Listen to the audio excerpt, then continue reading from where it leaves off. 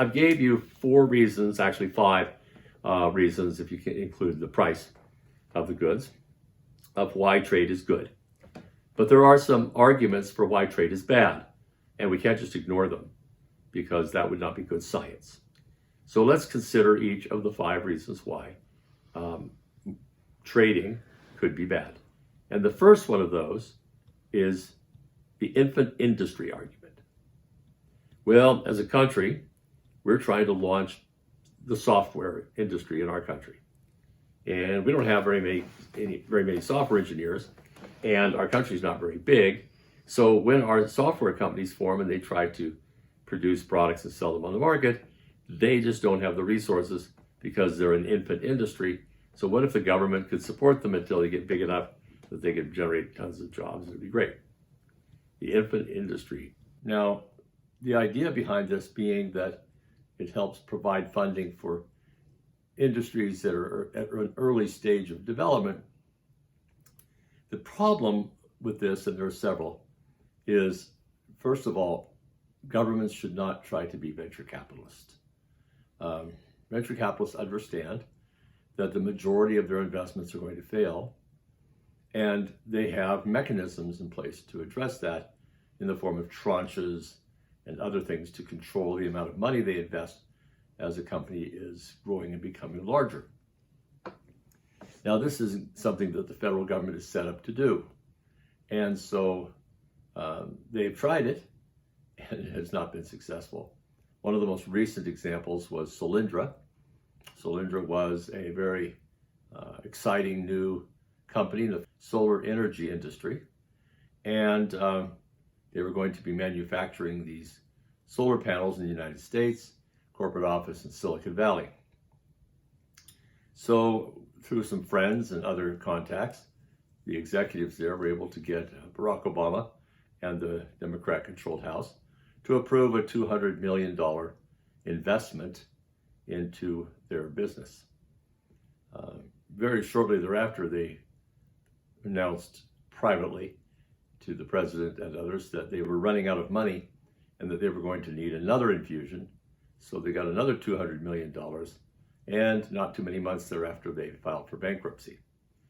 The beautiful building that I used to drive by on a regular basis, their fancy logo, when the bankruptcy people came in to assess the assets, they discovered that the CEO's private bath had 24 karat gold handles on the faucets.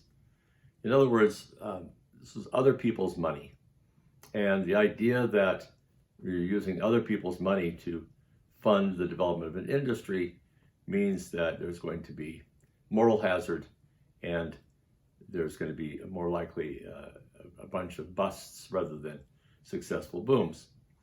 But the other bigger question is, should we be using taxpayer dollars to redistribute money to entrepreneurs and help them build businesses?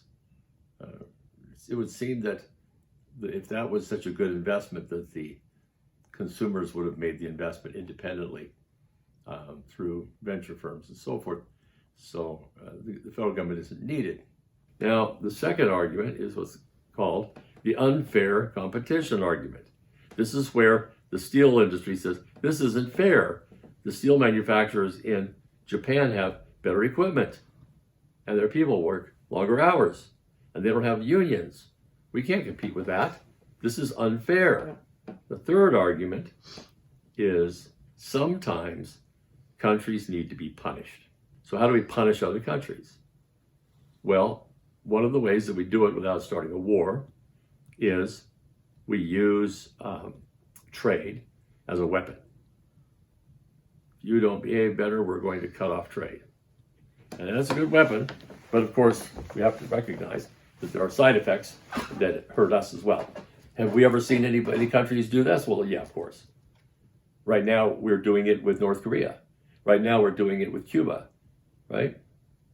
So we're punishing those countries. We're also punishing ourselves as well. So what happens here is we don't want to get into a war with somebody, but we want to punish them somehow, to send them a message. Send them a message that we're not going to tolerate whatever behavior it is that they're engaging in.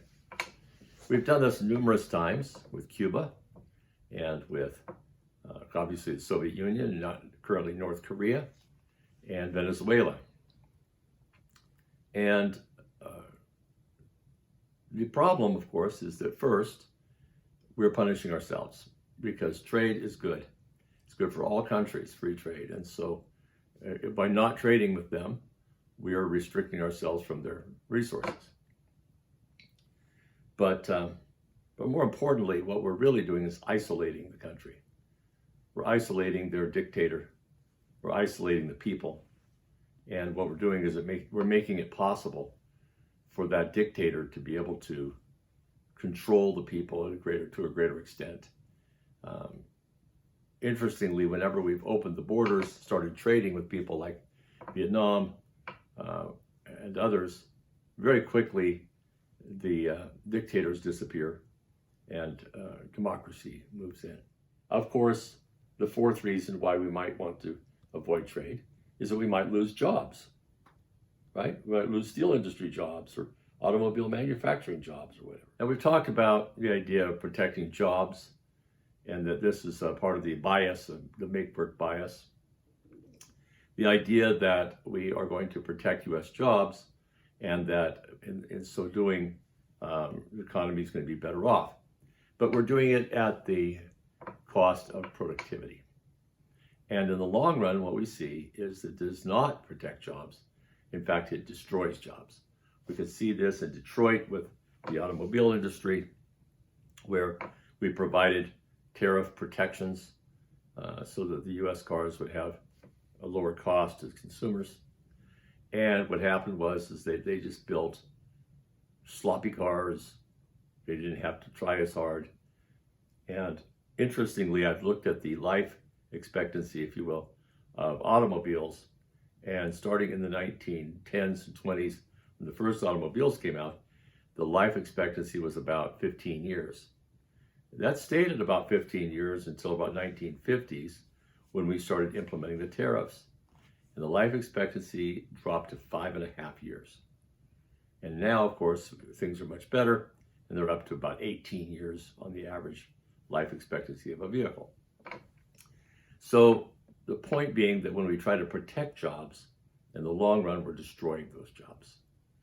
And the fifth argument, which I believe is the only valid argument of these five, is sometimes you have to keep the production of goods within your own country for national security. In other words, we don't want North Korea to make our nuclear warheads. That would not be good, right? So for national security reasons, we want to maintain control of the production of nuclear warheads. Obviously, we don't want somebody like Venezuela or North Korea producing our nuclear warheads. But, and there may be other critical things that we don't want them to produce. There's a feeling that that would be the case for oil. So we've tried to create an oil independence over the last few decades, which we've achieved. Whether this is always good or not needs to be seen, but certainly there are cases that you could argue make a lot of sense, like nuclear warheads.